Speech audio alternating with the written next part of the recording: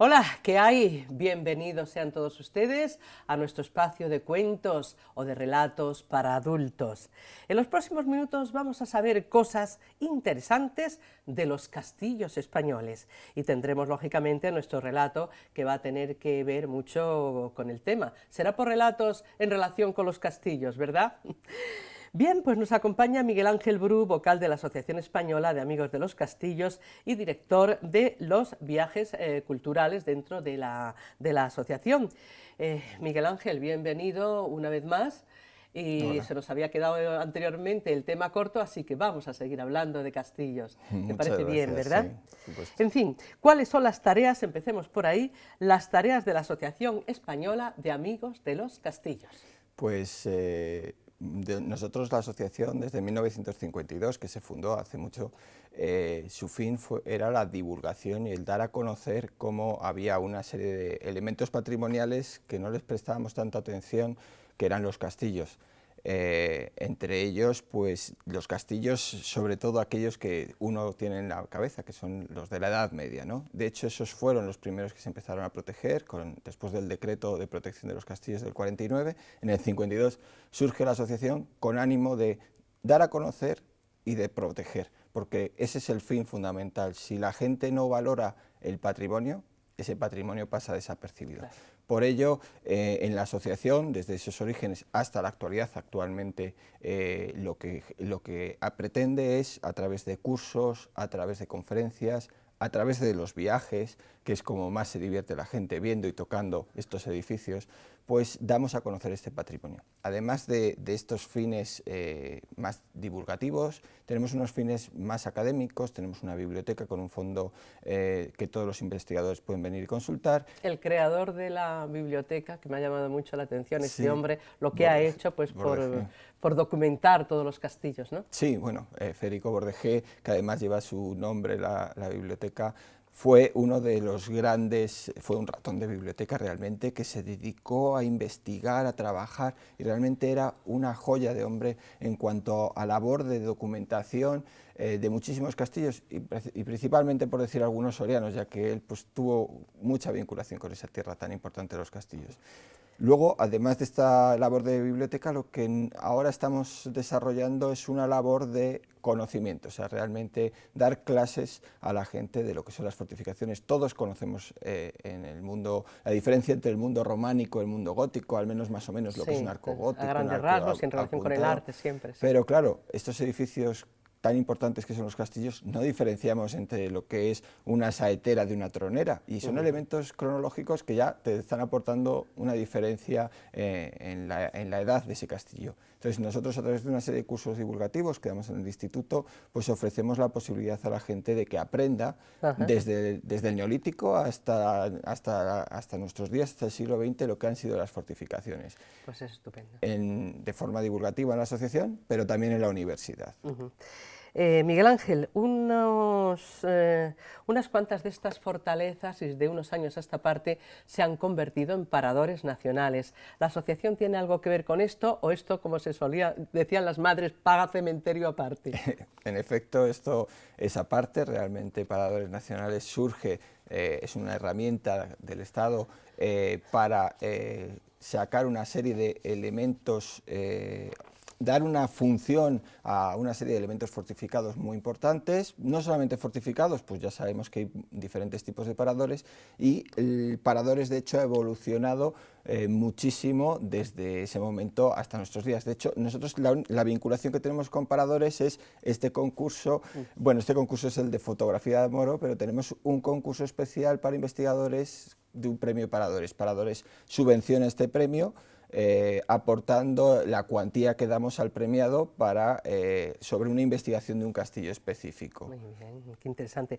¿Quiénes vivían, Miguel Ángel, en los castillos, aparte de los señores feudales? Tengo entendido que un buen número de profesionales de distintos oficios vivían dentro de los muros de ese castillo, porque lógicamente había que mantener a un montón de gente. Claro. Pues estaría el porquero, estaría el jardinero, estaría había, qué sé yo, cocineros, aparte de los soldados, en fin, había mucha gente ahí, muchos profesionales, ¿no? Sí, si uno se fija en el castillo cristiano típico, a lo mejor del siglo XIII, porque claro, cada castillo es diferente y encuentra lo que es la propia sociedad, porque pensemos que el castillo es el microcosmos de esa Sí, sociedad. exacto, como un microcosmos. Entonces, dentro de ella, nosotros nos vamos a aquel referente que más nos atrae, que es el señor, el que tiene el poder del territorio, no solamente del castillo, sino del territorio.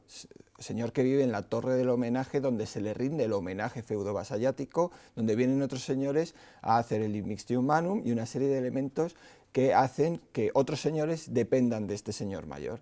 Bueno, aparte de este señor que viviría en una planta superior y donde viviría casi solo, en plantas inferiores tendría en unas zonas comunes pues todas las personas más allegadas, señores principalmente vinculados, caballeros, y también las doncellas, y también todo ese vínculo que tendría más cercano al señor, separados probablemente con espacios pues simplemente con telas o con espacios que delimitarían, pero una zona muy común. En la zona inferior tendríamos ya pues gente dependiendo de servicio, y en la zona inferior total tendríamos la cilla o el espacio donde se almacenaría o bien grano o bien agua. Estoy hablando de una forma genérica y cada castillo tiene diferentes elementos, pero de forma genérica tenemos esto. Y ya en la parte inferior del todo tendríamos ese aljibe que permitiría vivir a esa torre.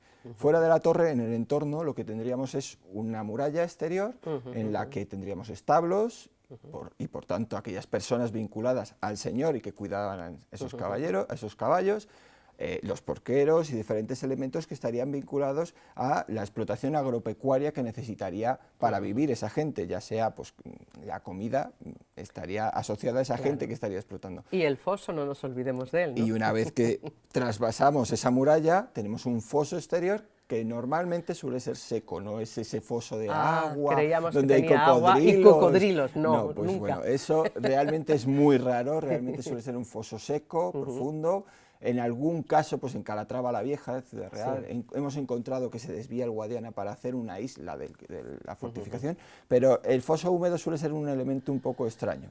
Vale, muy bien, pues antes de seguir adelante vamos con el relato, ¿eh? Sí. Un relato de memoria. Sí. Vamos por ello. Me habéis comentado que os cuente un relato y aquí estamos en Madrid y bueno, pues uno de los relatos que todos tienen en mente es, pues o les llaman gatos a los madrileños. Bueno, pues hay muchas leyendas sobre esos madrileños, esos gatos, que ¿por qué son? Bueno, se dice que cuando Madrid, antes de Alfonso VI, se toma en el 1085 Toledo y meses previos se toma Madrid, se dice que estaba cercada, de hecho tenemos la muralla, esta muralla de Madrid que tenemos aquí, donde representamos esto a los niños, pues justo en esta muralla, que es el único resto que nos queda, la muralla musulmana, se asienta al exterior el ejército cristiano que quiere tomar esa ciudad. Pues la leyenda dice que dentro de Madrid era complicadísimo tomarlo, pues porque sus murallas son de siles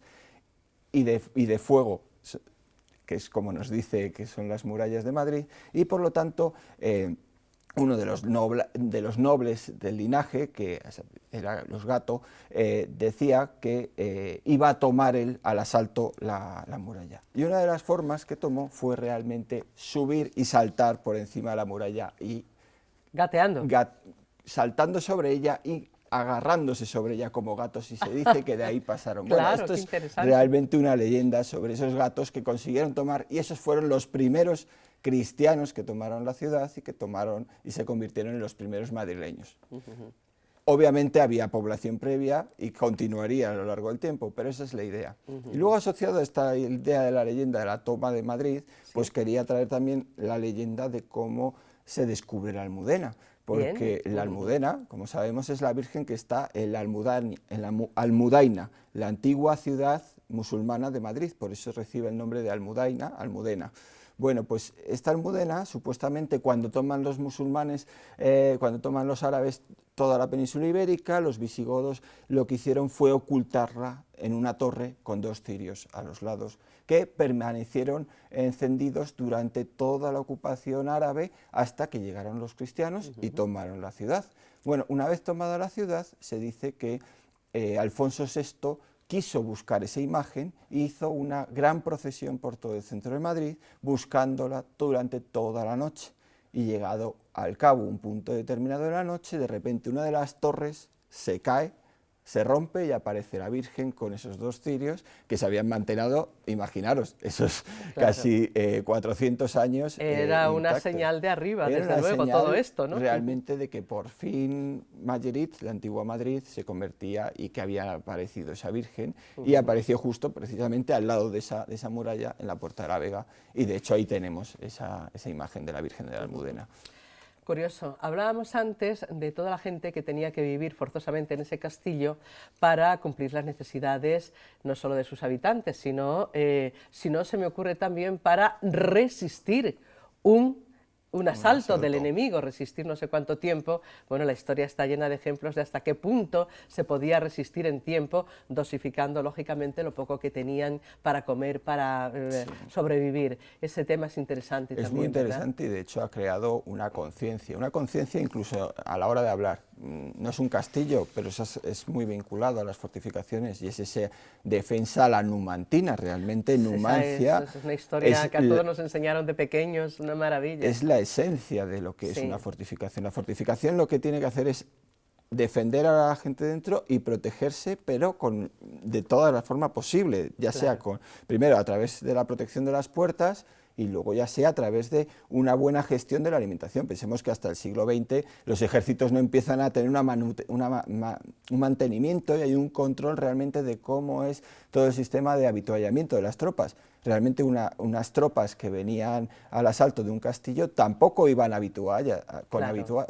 bien habitualladas, sino que iban arramplando y además destrozando, para que si normalmente era un ataque y se volvían a su plaza, volvían a atacar y se volvían a su plaza. Ya cuando se producía un asedio, que eran muy extraños, porque realmente realizar un asedio era muy complicado, tenías que tener unas labores de mantenimiento de los fosos, porque dentro de las propias tomas de los castillos había que hacer sus propios fosos, sus propias contraescarpas y sus propias protecciones para protegerse de posibles ataques externos. Realmente era un mundo. Un mundo. Miguel Ángel, una curiosidad. Bueno, me pregunto algo que se preguntará mucha gente.